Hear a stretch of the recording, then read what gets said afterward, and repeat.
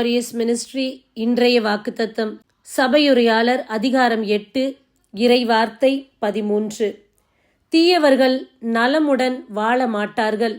நிழல் நீளுவது போல அவர்களது வாழ்நாள் நீளாது.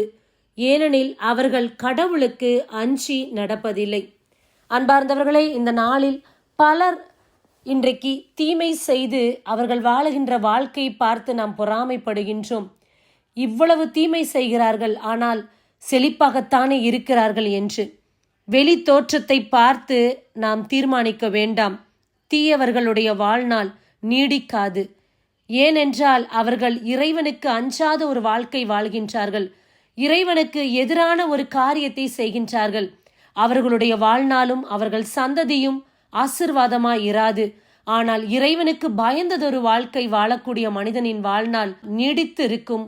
அவன் நிச்சயமாக பல ஆசிர்வாதங்களை பெற்று நிறைவுடன் வாழ்வான். இறைவனுக்கு அஞ்சிய ஒரு வாழ்க்கை வாழ்வோம். ஆமேன். God bless you.